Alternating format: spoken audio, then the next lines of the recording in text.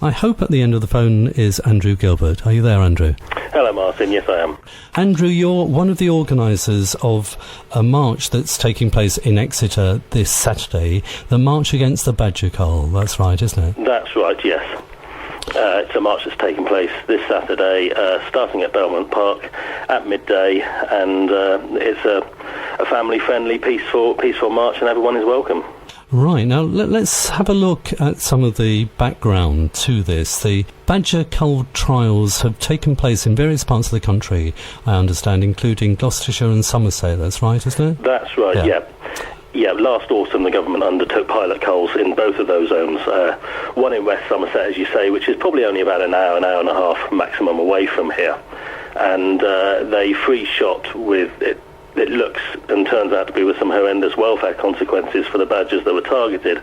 And they also cage-trapped and shot at close quarters thousands of badgers, which was against all the scientific advice and with the claim that it would tackle bovine TB. Yeah, I mean, that was the claim, certainly, that it was curbing the rise of TB in cattle. So, well, this was the government claim, but obviously the scientists disagreed with this. And can you give us what you see as some of the alternatives to culling? Well, the problem with culling is that the vast majority of scientific opinion says that it's a pointless exercise and that it could even lead to an increase in the spread of TB.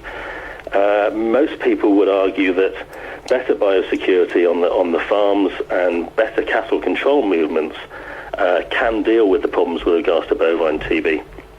And anybody who wants to come along and really listen to the experts this weekend on Saturday, we will have speakers, particularly Dominic Dyer from the Badger Trust and from Care for the Wild, who's extremely knowledgeable, who's worked in the for DEFRA and has worked in the agricultural industry all of his life, and really has his fingers on the pulse with regards to the science and how we can move on from culling.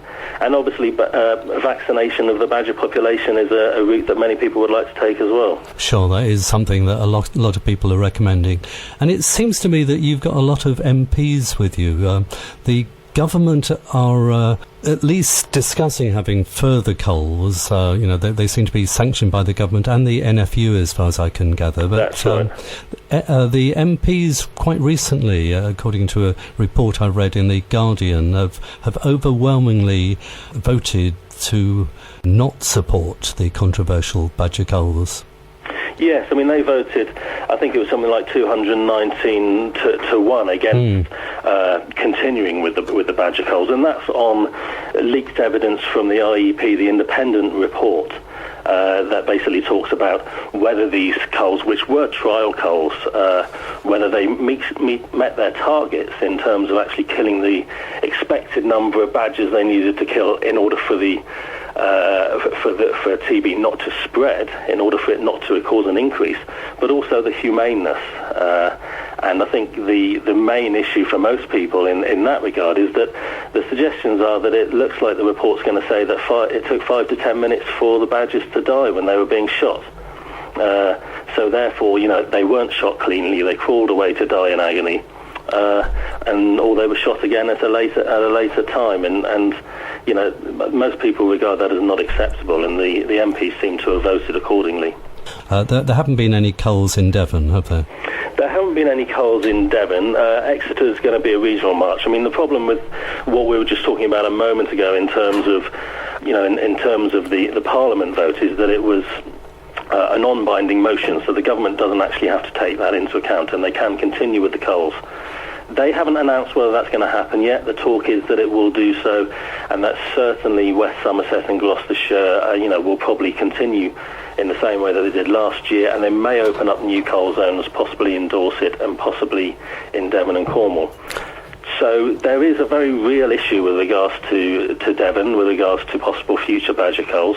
Large numbers of people from Devon went and took part in protesting in the cull in West Somerset and Gloucester as well, but particularly in West Somerset.